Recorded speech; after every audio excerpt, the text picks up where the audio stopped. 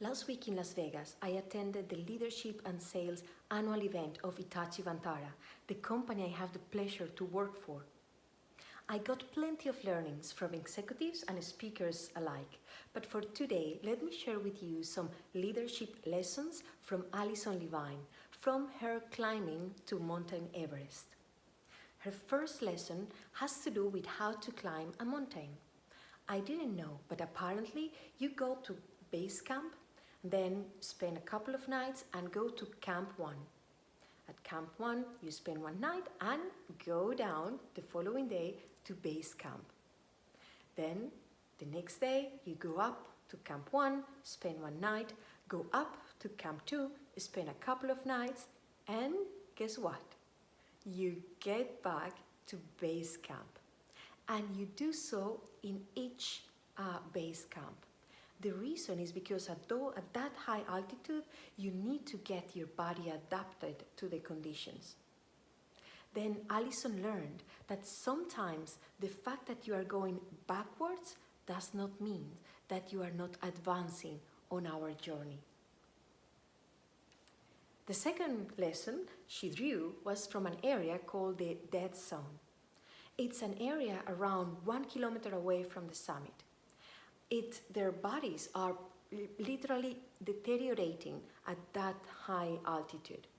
It's so hard that to give one step, you will need to take between 5 to 10 breaths before giving another step.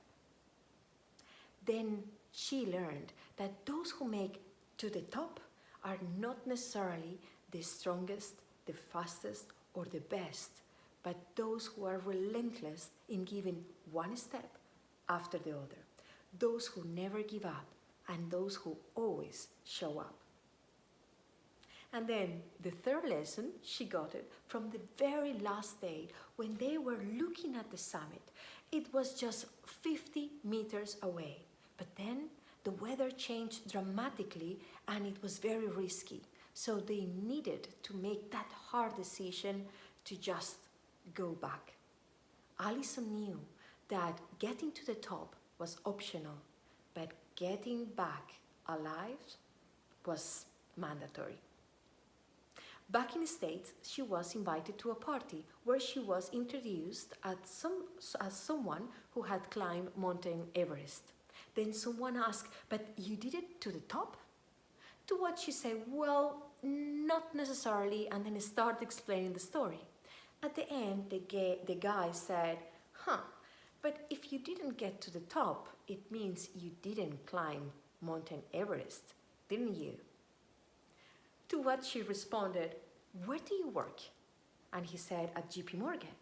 So she said, "Are you the CEO?" He said, "No, I'm not the CEO. I'm a VP for one of the divisions." So she said, "Well, but then if you are not at the top of JP Morgan, doesn't mean that you work at JP Morgan?" I guess the guy got the point. 8 years later, Alison made once again the Mountain Everest, and this time she got to the top. In the meantime, she understood that sometimes we win and sometimes we learn. And with that, let me ask you, what have you learned today?